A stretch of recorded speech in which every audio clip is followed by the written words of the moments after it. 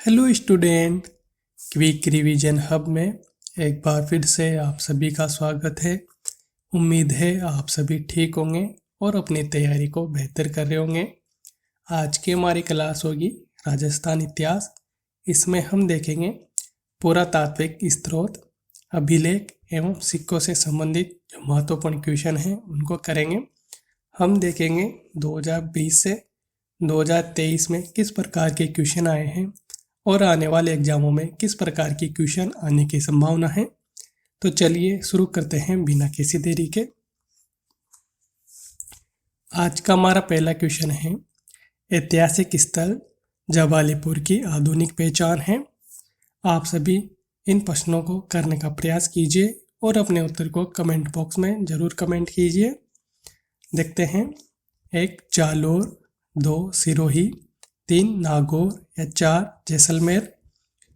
तो ऐतिहासिक स्थल जो जावालीपुर है यह जालोर के अंदर स्थित है, यानी कि जालोर का जो पुराना नाम है इसे हम जावालीपुर के नाम से भी जानते थे। अगला क्वेश्चन देखते हैं, अभिलेख जो प्राचीन राजस्थान में भागवत या वैष्णव संप्रदाय के प्रभाव की पुष्टि करता है वो कौन सा अभिलेख है।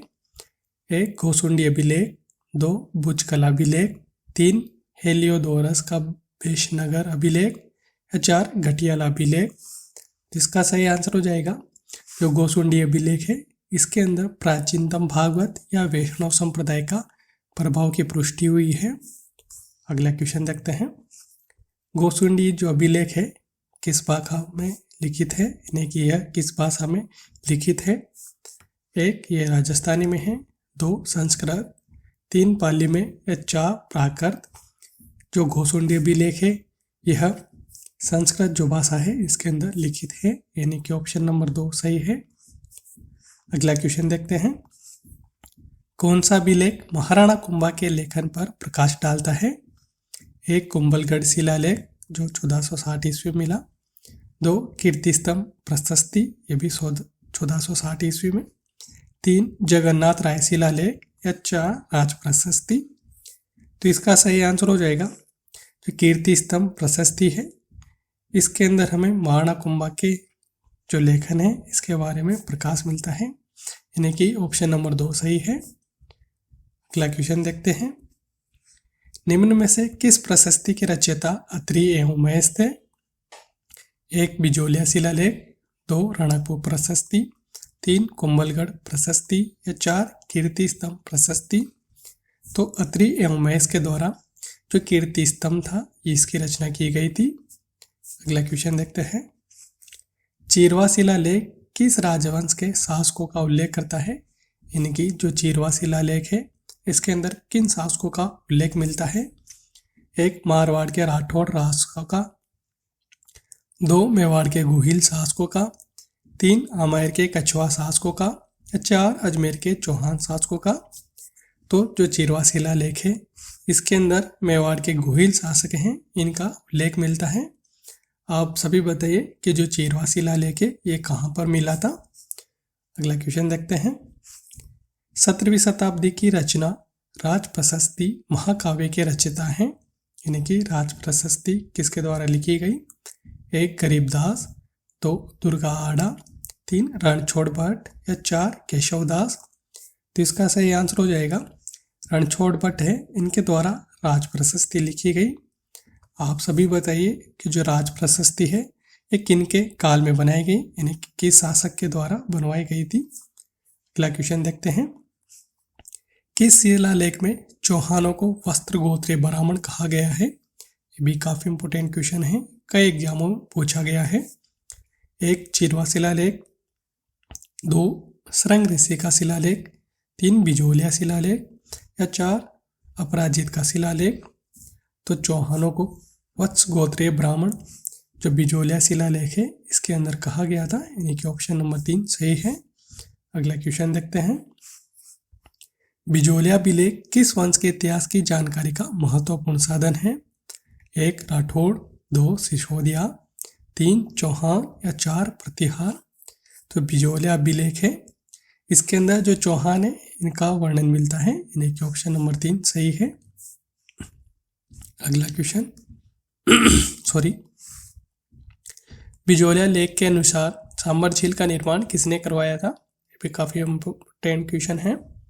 1 अजयराज, 2 वासुदेव, 3 कानड़देव या 4 अनोराज। तो बिजोलिया के अनुसार जो सांबर झील है इसका निर्माण वासुदेव चौहान के द्वारा करवाया गया था। ऑप्शन नंबर 2 सही है।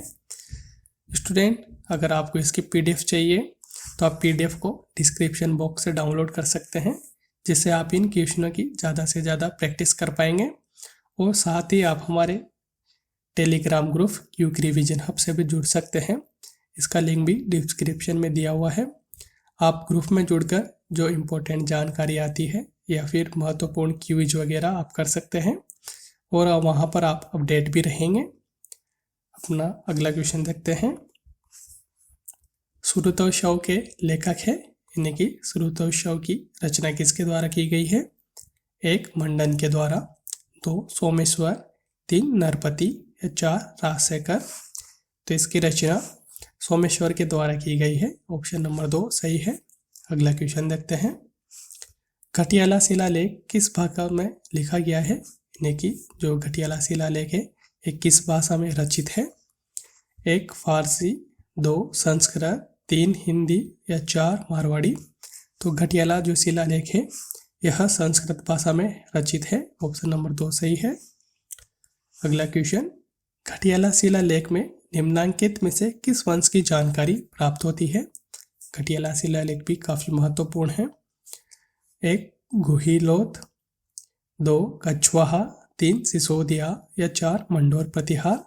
तो घटियाला शिलालेख के अंदर जो मंडोर प्रतिहार है इनकी जानकारी प्राप्त होती है। अगला क्वेश्चन देखते हैं। घटियाला अभिलेख से संबंधित कथनों में असत्य हैं, इनमें से कौन सही नहीं है? 1 अभिलेख में प्रतिहार शासक हरिश्चंद्र एवं उनके वंशजों का विवरण है। 2 अभिलेख में नागभट्ट प्रथम के राजधानी को मंडोर में स्थानांतरित करने का विवरण है। 3 अभिलेख में मग जाति के ब्राह्मणों का उल्लेख है। या 4 यह अभिलेख 4 अभिलेख के लेखों में समूह है, इनमें से कौन सा सत्य है? तो इनके अंदर से जो ऑप्शन नंबर 2 है यह असत्य है। इसके अंदर नागभट्ट प्रथम के राजधानी के मंडोर में स्थानांतरित करने का विवरण है। आप सभी बताइए किसका विवरण किस अभिलेख के अंदर लिखित है? अगला क्वेश्चन देखते हैं। उस अभिलेख को चिन्ह कीजिए जो प्राचीन राजस्थान में वैष्णव संप्रदाय की उपस्थिति के साक्ष्य देते हैं। 1 कंसुआ अभिलेख, 2 बरनाला अभिलेख, 3 हर्षनाथ मंदिर की प्रशस्ति, 4 आहड़ के अभिलेख। तो इसका सही आंसर हो जाएगा ऑप्शन नंबर 2 बरनाला अभिलेख। पहले भी हमने देखा था कि वैष्णव संप्रदाय के लिए कौन सा अभिलेख था जो प्राचीनतम वैष्णव संप्रदाय की होने की पुष्टि करता है, उसको भी आप कमेंट बॉक्स में कमेंट कीजिए। अगला क्वेश्चन देखते हैं। बरली का शिलालेख जो कि अशोक के काल से पूर्व का माना जाता है कहाँ स्थित है? 1 अजमेर, 2 जयपुर, 3 टोंक या 4 भीलवाड़ा। तो बरली शिलालेख यह अजमेर के अंदर स्थित है। अगला क्वेश्चन देखते हैं। बरली स्टोन एपिग्राफ शिलालेख चिन्हित किया गया है, यानी कि यह किस भाषा में है? 1 संस्कृत पांडुलिपि में, 2 ब्राह्मी पांडुलिपि में, 3 प्राकृत पांडुलिपि में या 4 खरोष्ठी पांडुलिपि में। तो इसका सही आंसर हो जाएगा ब्राह्मी पांडुलिपि के अंदर। अगला क्वेश्चन देखते हैं। हाड़ी रानी कर्मावती द्वारा जौहर में प्रवेश करते समय दिए गए भूमि अनुदान की जानकारी का स्रोत कौन सा है? 1 पुर के ताम्रपत्र, 2 चौकली के ताम्रपत्र, 3 रणकपुर प्रशस्ति या 4 चीरवे का शिलालेख। तो जो रानी कर्मावती है इनके द्वारा जो भूमि अनुदान है यह पुर के जो एक ताम्रपत्र है उनके अंदर लिखित है, इनकी जानकारी उसमें मिलती है। अगला क्वेश्चन देखते हैं। महाराणा कुंभा के समय का प्राचीनतम ज्ञात अभिलेख विक्रम संवती 1490 प्राप्त होता है। ग्राम यानी कि कौन से गांव से प्राप्त होता है? 1 माछा गांव से, 2 धुलेव से, 3 सिंघोली से, 4 भदराड़ा से। तो इसका सही आंसर हो जाएगा, यानी कि जो प्राचीनतम शिलालेख है यह भदराड़ा से प्राप्त हुआ है। आप सभी बताइए कि वो कौन सा अभिलेख है जो पदराड़ा से प्राप्त हुआ है। क्वेश्चन नंबर 20 देखते हैं। 31 रुपया राजस्थान के कौन से टकसाल में बनता था, यानी कि जो यह सिक्का है ये राजस्थान की कौन से टकसाल में बनता था। 1 कुचामन, 2 मेड़ता, 3 जोधपुर या 4 सोजत। तो 31 जो रुपया है यानी कि जो सिक्का है यह कुचामन नागौर के अंदर बनता था। अगला क्वेश्चन देखते हैं और आप बताइए जो 31 है ये किनके द्वारा चलाया गया था। अगला क्वेश्चन, किस मुगल शासक ने चित्तौड़ विजय के उपरांत मेवाड़ में सिक्का एलची जारी किया। 1 बाबर, 2 अकबर, 3 जहांगीर या 4 शाहजहां। तो मेवाड़ के अंदर जो एलची सिक्का है यह अकबर के द्वारा जारी किया गया था। अगला क्वेश्चन देखते हैं। किस चौहान रानी ने अपने नाम के सिक्के चलवाए। 1 कर्पूर देवी, 2 सायरी देवी, 3 सोमल देवी या 4 साइली देवी। तो जो चौहान रानी है सोमल देवी इनके द्वारा सिक्के चलाए गए। आप बताइए कि इनके द्वारा कौन से सिक्के चलाए गए और एक किस शासक की पत्नी थी। अगला क्वेश्चन देखते हैं। दस्तूर कोमवार में राजस्थान के किस राज्य से संबंधित वर्णन मिलता है।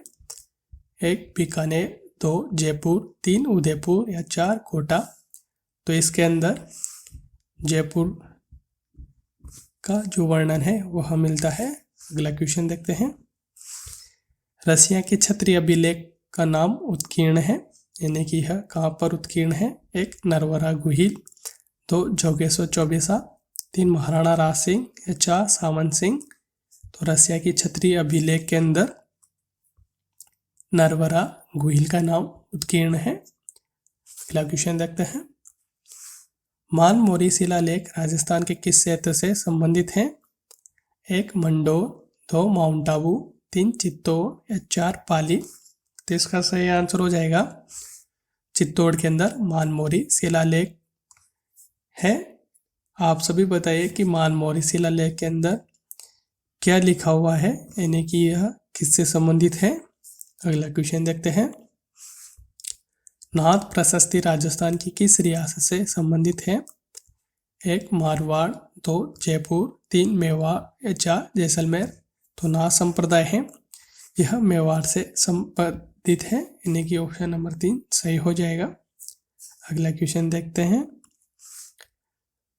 आलमशाही मुगलिया सिक्का राजस्थान में कहाँ प्रचलित था। 1 जयपुर, 2 बीकानेर, 3 अलवर या 4 भरतपुर। तो आलमशाही जो सिक्का है यह बीकानेर से संबंधित है, यानी कि ऑप्शन नंबर 2 सही हो जाएगा। अगला क्वेश्चन देखते हैं। प्राचीनतम पंचमार्क सिक्कों का समय क्या है, यानी कि जो प्राचीनतम पंचमार्क सिक्के हैं इनका क्या समय है। 1 800 ईसा पूर्व से 500 ईसा पूर्व, 2 200 ईसा पूर्व से 50 ईसा पूर्व, 3 400 ईसा पूर्व से 100 ईसा पूर्व या 4 600 ईसा पूर्व से 200 ईसा पूर्व।